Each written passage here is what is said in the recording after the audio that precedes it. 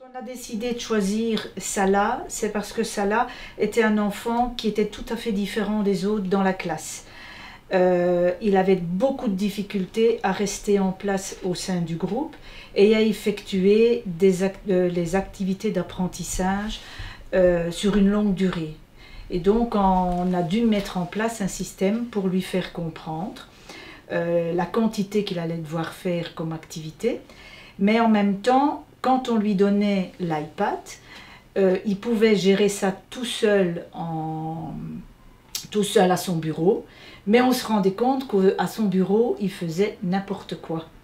Il voyageait sur les applications, il se choisissait des applications, et en même temps, il faisait des photos, et puis quand on voulait lui en imposer une, on avait des crises de colère, et il pouvait même s'enfuir avec. Ce qui fait que nous avons mis en place un petit système, un système qui lui annonce les activités à faire. Donc avec lui, on a travaillé les émoticônes, et puis on a travaillé mais avec 2 niveaux. Puis nous avions l'alphabet, et puis nous avions l'écriture EZOU. L'écriture EZOU, qui était une autre application qu'il aimait beaucoup. Seulement, ils ont chacun leur iPad, et donc ils ont un petit code couleur qui définit l'iPad. Et aujourd'hui, le problème, c'est que l'iPad n'était pas le sien. Et donc, ce qui s'est passé, c'est que nous avons dû lui enlever les 2 applications qui n'avaient pas besoin, et qui n'allait pas faire, pour justement ne pas le frustrer et l'ennuyer. Mais en même temps, ça nous permet aussi de lui en rajouter si c'est nécessaire. Donc cette application, ce système-ci est modulable dans le temps. Et donc aujourd'hui, il avait 3 applications qui étaient existantes sur l'iPad, et nous lui demandions de ne pas démarrer par n'importe laquelle. La première, c'était les débutants, et il devait faire 3 fois les débutants. Puis il devait faire approfondir les émotions, et il devait le faire 3 fois. Et la dernière, c'était les lettres de l'alphabet. Pourquoi? Parce qu'il vient d'en faire 2 qui sont compliquées pour lui. Et celle-là, c'est un renforcement, parce que l'alphabet, il adore les lettres de l'alphabet. Il s'enfuit de l'école, de la classe, pour aller chercher des W qu'il a vus dans une autre classe, ou des A ou des D qu'il a vus dans des jeux dans les autres classes.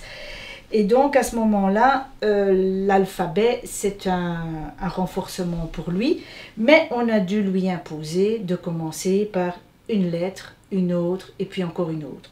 Ici, c'était A, B, C, mais on aurait très bien pu lui demander d'aller chercher le A, d'aller chercher le F, et d'aller chercher le W, qui était le dernier, qui est le principal qu'il préfère. Deuxième condition qu'on lui a mis sur la table, c'était ne pas toucher l'application photo, parce que c'est un enfant qui adore photographier les amis, et donc il comprenait qu'on ne peut pas toucher, mais qu'on doit d'abord faire ça, et à la rigueur on peut lui donner à la fin comme renforcement, maintenant tu fais en libre les photos. Là, on n'avait pas le temps de lui autoriser de le faire en libre, et donc on a eu quand même des difficultés pour faire stopper l'iPad, parce qu'il avait quand même envie de poursuivre par quelque chose qu'il affectionne beaucoup. Et donc j'ai quand même dû utiliser le petit pictogramme stop pour lui demander de quitter l'iPad. La dernière des choses qu'on a fait dans la classe, c'était aussi d'autoriser et de faire différencier aux enfants de la classe le moment qui est d'apprentissage de Salah, où il travaille sur une table seul avec son institutrice, du moment où ils vont pouvoir partager avec Salah. C'est pourquoi moi j'ai parlé très lentement et très doucement aux enfants et leur expliqué que c'était un temps d'apprentissage, donc il fallait être calme. et attendre que je leur donne l'autorisation d'aller rejoindre leurs copains sur l'iPad, parce que c'est un moment magique pour eux, un moment, ce sont des enfants qui échangent énormément entre eux, mais aussi qui peuvent se disputer entre eux pour récupérer l'iPad. Et à partir du moment où c'est bien organisé et bien structuré, on a un très bon respect de l'outil. La dernière des démarches que moi je me souviens pour ça là et qui est hyper importante, c'est que grâce